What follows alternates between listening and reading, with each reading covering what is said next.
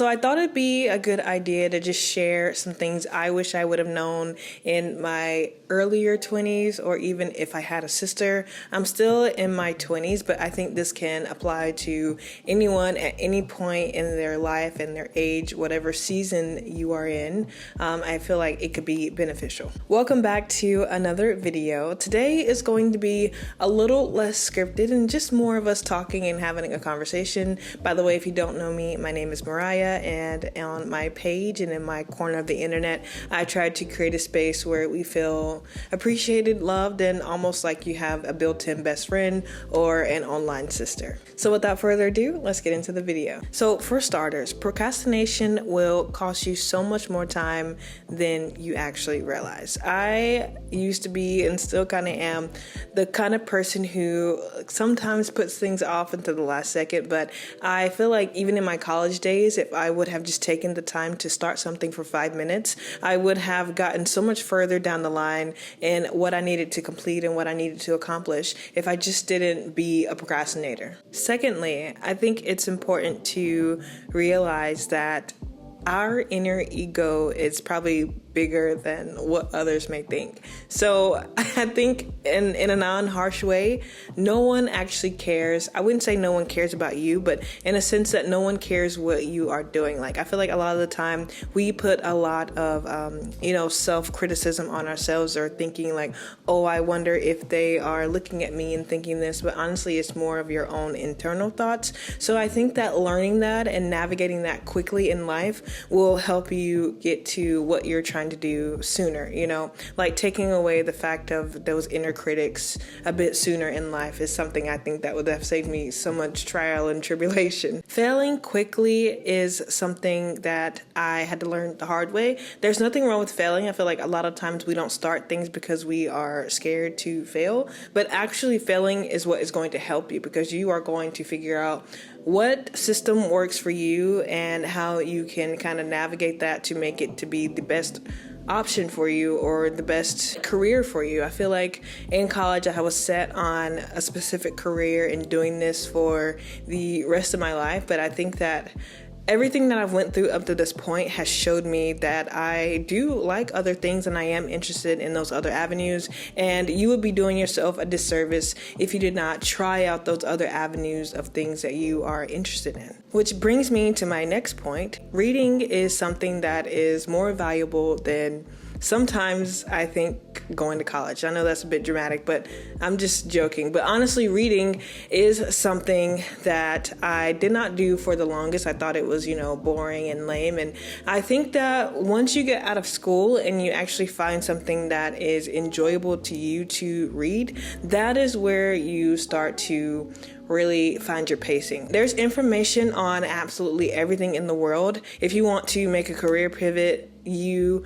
can go read about it. In my life, I do want to be a millionaire, and I know that sounds crazy to say out loud sometimes. How am I going to know how to do something that I have no idea what it is, I think that surrounding yourself with things that help you become who you were trying to be. In this case, maybe you don't know a lot of millionaires, but you can read text from people who have made it to where you were trying to be. And it's really true that knowledge is power. So continuing to immerse yourself in their thoughts and in their realities can help change your thinking and your way of doing things that you would normally do on a day-to-day basis. And once you start to read more, you learn to articulate yourself. And I think that learning to articulate yourself is one of the most valuable things any person, any human can have. There's so much confidence in a person who can get their point across and it not sound wordy or crazy. I think that the most smartest people are the ones that can share their idea in a way that's understandable and digestible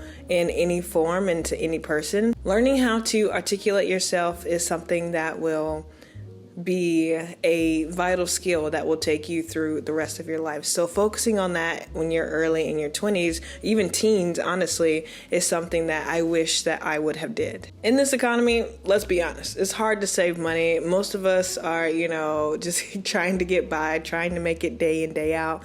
But little did I know, saving $1 is still saving money. I know you're like, Mariah, what? It's putting aside that small dollar or $5, $10, $20 over time. You're going to look back from 2 years now and be like, wow, I know $2 or $1 won't change everything, but over time, yes, it really is something that will help you. And it's more so about building up the skill of setting aside and paying yourself first. I think that we get caught up in, of course, having to pay bills, and sometimes it feels like there is nothing left. And sometimes that's true, but when you do have that extra time or that extra money, again, setting aside that just $1 could be something that helps you get a little bit closer to getting away from that paycheck to paycheck life. And another thing I wish someone would have told me even like 2 years ago, that it is okay to make a career change. For a while, I told you I went to school and I was certainly set on being in this specific career and doing this one thing because I thought that, well, you went to college for it, so why would you not continue to stay in it? But I think it's more about realizing for you and yourself that when something is no longer serving you, that it's okay to take a step back and slowly detach and depart from that. We spend so much time at work. Most of us work 40 hours and sometimes it seems like you're more at work than you are with your own family. So you would not want to be miserable for so many hours and so many years of your life. We only get one life. So making sure you are happy in a job or a space is what's most important. Changing careers is not as big of a deal as you think it might be. Or at least that's how I felt. I was just like, oh my gosh, people are gonna look at me differently, or my family's gonna, be upset with me. But I think realizing that this is your life, you're only going to know what you know now and, learning from your experiences. So once you start to realize that, and once you start to make that change, you will be so much more happier than staying and procrastinating and waiting in that space when you want to leave. Topic of career pivots and jobs. If you are someone who is a creative person and you really don't love the idea of working 9 to 5, I think using your 9 to 5 in an appropriate way, you can use your 9 to 5 to support your dreams. Or at least that's how I feel like I'm going to do this over the next couple of years. Right now, I don't hate my job, but of course I don't want to work there for the rest of my life. But I do know that I can use that job to fund whatever business venture that I want to do. For example, I want to do YouTube. So I am trying to use some of that money from that job to invest in my equipment, invest in my lighting, just investing in my channel and investing in myself. It helps you just kind of stay focused and kind of get through the motions of going to work, coming home, sitting down. You have something that you are looking forward to. You know that you have something that you are working towards. So it's not like you have to be there for the rest of your life. This just happens to be a season that you are in. And there's always going to be a reason that you are in your season. Another thing I will say is that do not be scared to ask for advice. Half of where I got to is because I literally cold DM'd or cold emailed someone, a recruiter, a coworker, or a colleague, and I was like, hey, my name is Mariah. I need your help. I mean, obviously, I made it sound a bit nicer and a bit more polished, but asking for advice will save you so much time. It will get you halfway to where you want to be. I think that asking for advice is something that we get kind of shameful of and you just get kind of nervous, but I guarantee you 9 times out of 10, that person is actually probably waiting for you to come ask for help, or at least that's how it has been in my case. Most of the people that I have asked, I've never met someone who did not respond to me or was blatantly rude to me. That has never happened. And, if it does happen, it's fine. Maybe you don't even really know them anyways, and they don't know you. So it's not like you have to see them. So not being afraid to ask for help is something that I wish I would have known a bit sooner, because I probably would have asked a bit more. My last thing on my list is going to be just start. Whatever it is that you feel called to or something that you feel compelled to, I would just start it. You need to act like the person you want to become before you're already that person.